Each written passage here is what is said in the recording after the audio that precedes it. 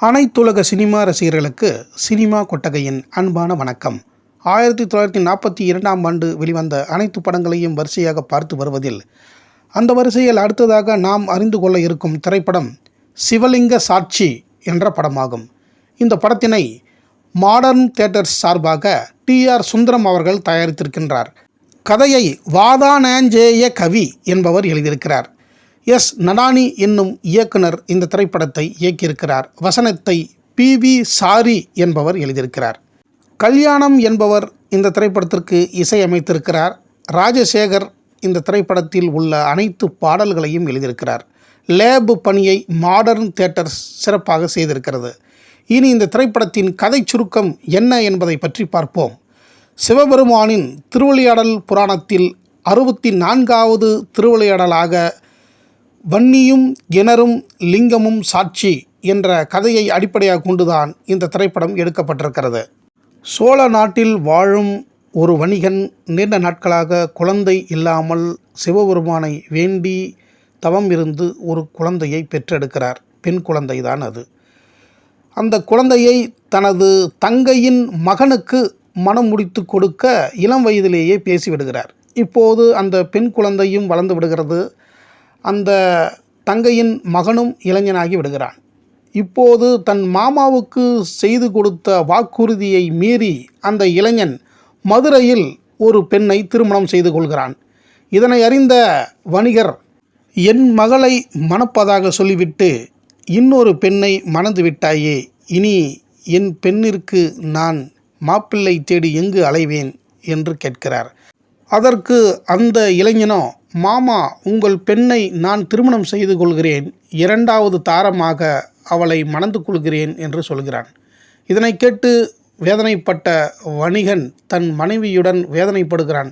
தன் மகள் 2வது தாரமாக தன் தங்கையின் மகனுக்கு போவதா என்று இருவரும் வேதனையில் மனம் நொந்து இருவரும் இறந்து போகிறார்கள். இப்போது அந்த பெண் அனாதையாகிறாள்.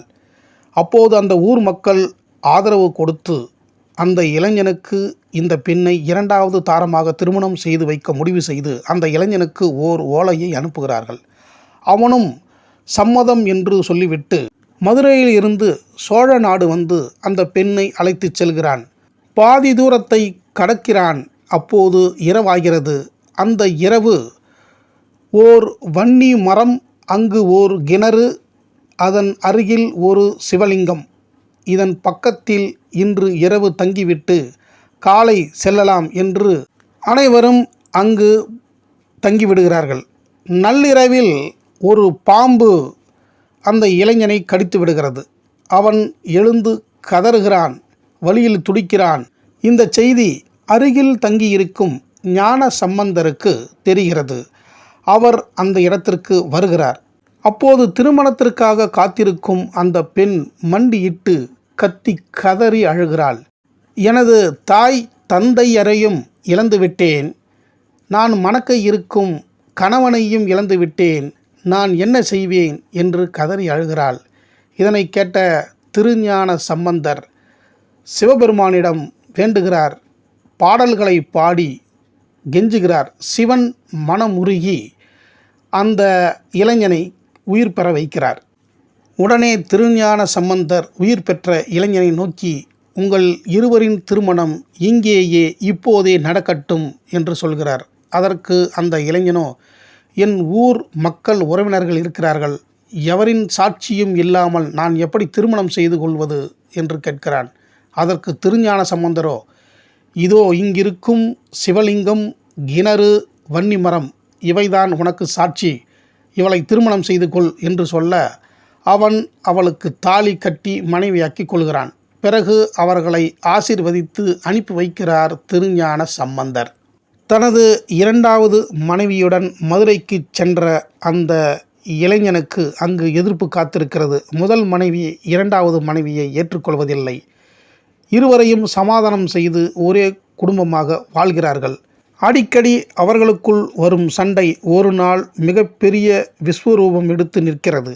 அப்போது முதல் மனைவி 2வது மனைவியை பார்த்து கேட்கிறாள், என் கணவனை நீ திருமணம் செய்து கொள்ள என்ன சாட்சி இருக்கிறது? அந்த சாட்சியை கூட்டி வா, அப்போதுதான் உன்னை எனது கணவனின் இரண்டாவது தாரமாக ஏற்றுக்கொள்வேன், இல்லாவிட்டால் உன்னை ஏற்றுக்கொள்ள மாட்டேன், இந்த வீட்டில் உன்னை இருக்க அனுமதிக்க மாட்டேன் என்று சொல்கிறாள். அதற்கு இரண்டாம் தாரமாக சென்ற இந்த பெண்ணோ, எனது கல்யாணத்திற்கு சாட்சி ஒரு வன்னி மரம், ஒரு கிணறு, ஒரு சிவலிங்கம், இதுதான் என்று சொல்கிறாள். இதனை கேட்ட முதல் மனைவி சிரிக்கிறாள். நீ சொல்லும் அந்த வன்னி மரமோ, கிணறோ, சிவலிங்கமோ வந்து சாட்சி சொல்லுமா? உனக்கும் என் கணவனுக்கும் திருமணம் ஆன விஷயத்தை என்று சொல்கிறாள். இதனை கேட்டு துடிக்கும் அந்த இரண்டாம் தாரம் சிவலிங்கம் முன்பு அழுகிறாள். அவளின் கண்ணீர் சிவலிங்கத்தின் மீது விழவே சிவன் உடனடியாக அந்த பெண்ணிற்கு உதவ முடிவெடுத்து அவள் பார்த்த அதே வன்னி மரம், அதே கிணறு, அதே சிவலிங்கத்தை அவளின் வீட்டின் அருகில் வரவழைக்கிறார். இதனை கண்ட ஊர் மக்கள் வியப்பதுடன் முதல் மனைவியும் முழுமையாக நம்புகிறாள். இதனை அறிந்த அந்த இளைஞன் முதலாவது மனைவியை அடித்து விரட்டுகிறான். உடனே இரண்டாவது தாரமாக போனவள் முதலாவது மனைவியும் இந்த வீட்டிலேயே இருக்கட்டும், நாம் ஒன்றாக சேர்ந்து வாழலாம் என்று சொல்கிறாள். முதலாவது மனைவி கண்ணீரை சிந்தி இரண்டாவது மனைவியை தனது தங்கையாக ஏற்கிறாள். குடும்பம் நன்றாக ஒன்றாக இணைந்து வாழ்கிறது. இதுதான் இந்த சிவலிங்க சாட்சி என்ற திரைப்படத்தின் கதையாகும். இந்த திரைப்படத்தில் கதாநாயகனாக CS கணேச பாகவதர் என்பவர் நடித்திருக்கிறார். இவருடன் காளி என் ரத்னம் அவர்கள், MR சுவாமிநாதன், TS துரைராஜ் ஆகியோர் மிக அற்புதமான நடிப்பை வழங்கியிருக்கிறார்கள். AK Rajalakshmi, CT Rajakantham, MM Radhabai, TN Meenakshi, பெரிய நாயகி ஆகியோர் மிக சிறப்பாகவும் நடித்திருக்கிறார்கள். இதில் பெரிய நாயகி மற்றும் TN மீனாட்சி இருவரின் வேடம் படத்தில் மிகவும் பரபரப்பாக அன்று பேசப்பட்டிருக்கிறது. இந்த சிவலிங்க சாட்சி திரைப்படம் 2334 அடியில் எடுக்கப்பட்டு 25/5/1942 அன்று வெளியாகியிருக்கிறது. இந்த சிவலிங்க சாட்சி எத்தனை நாள் ஓடியது என்ற விவரம் நமக்கு கிடைக்கவில்லை. இதுவரை இந்த சிவலிங்க சாட்சி திரைப்படத்தினை சினிமா கொட்டகைக்கு வந்து பார்த்து அறிந்து கொண்ட அனைத்து கலைநேச நெஞ்சங்களுக்கும் என் நெஞ்சார்ந்த நன்றியை தெரிவித்துக் கொண்டு, இனி இதே 1942ஆம் ஆண்டு வெளிவந்த மற்ற அனைத்து தமிழ் படங்களையும் அடுத்தடுத்த வீடியோவில் தொடர்ந்து வரிசையாக பார்ப்போம். நீங்களும் பார்த்து உங்களின் ஆதரவையும் கருத்துக்களையும் வழங்குங்கள் என்று கேட்டுக்கொள்கிறேன். உங்கள் நண்பர்களுக்கும் உறவினர்களுக்கும் இந்த சினிமா கொட்டகை சேனலை எடுத்துச் சொல்லுங்கள் என்றும் வேண்டிக் கொள்கிறேன். நன்றி, வணக்கம்.